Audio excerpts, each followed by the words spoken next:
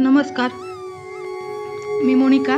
मी आज तुम्हाला रथसप्तमीविषयी थोडक्यात माहिती सांगणार आहे. रथसप्तमीची पूजा कशी करावी, त्याचे महत्त्व आणि त्यासाठी लागणारे साहित्य हे आपण पाहणार आहोत.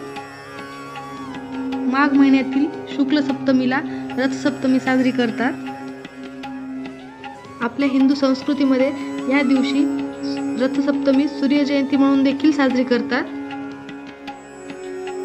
या दिवशी सूर्य आपल्या रथात बसून प्रवास करतो आणि या रथाला 7 घोडे असतात, म्हणून रथसप्तमी असे म्हणतात. रथसप्तमीच्या दिवशी आदित्य नारायणाची पूजा करतात.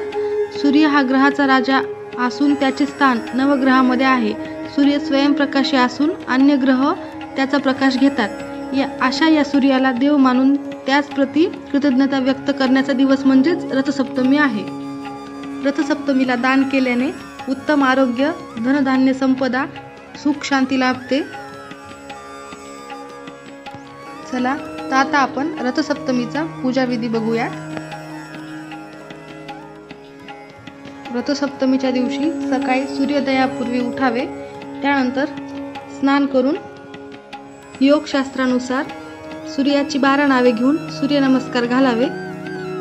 त्यानंतर ओम गृणी सूर्याय नमः या मंत्राचा जप करून सूर्याला अर्घ्य द्यावी, म्हणजे जल अर्पण करावे.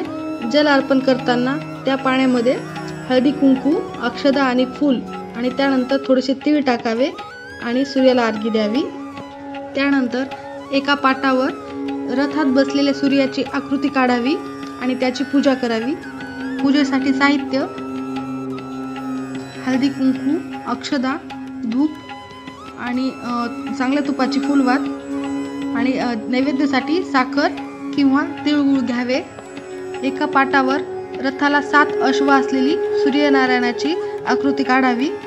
त्यानंतर त्याला सर्वप्रथम एका फुलाने पाणी, त्यानंतर दूध आणि त्यानंतर परत पाणी शिंपडावे. त्यानंतर हळद कुंकू, अक्षदा आणि तांबडे फूल वाहावे. कापसाची वस्त्रमाळ असल्यास ती वाहावी. धूप आणि त्यानंतर चांगल्या तुपाची फुलवात लावून ओवाळावे. साखर किंवा तिळगुळ प्रसाद अर्पण करावा. त्यानंतर सूर्याला प्रार्थना करून आदित्य हृदय स्तोत्रम, सूर्याष्टकम किंवा सूर्यकवचम यापैकी एखादे स्तोत्र भक्तिभावाने म्हणावे किंवा ऐकावे.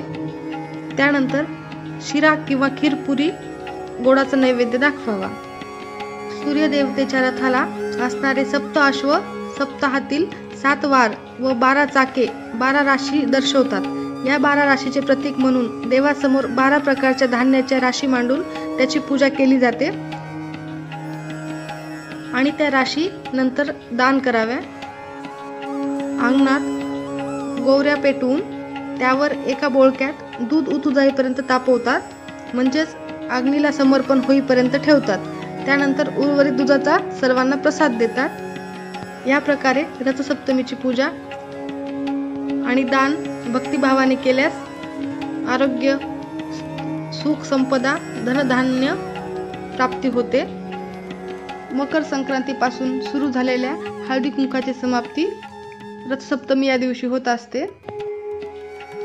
दररोज सूर्याला अर्घ्य दिल्यामुळे आपल्या आयुष्यात सुख, शांती, धनधान्य संपदा आणि उत्तम आरोग्य लाभते.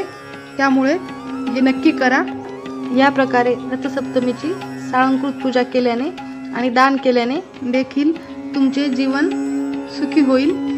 या प्रकारे रथसप्तमीची थोडक्यात माहिती मी तुम्हाला सांगितलेली आहे. माहिती आवडल्यास लाईक, शेअर आणि सबस्क्राईब करा. धन्यवाद.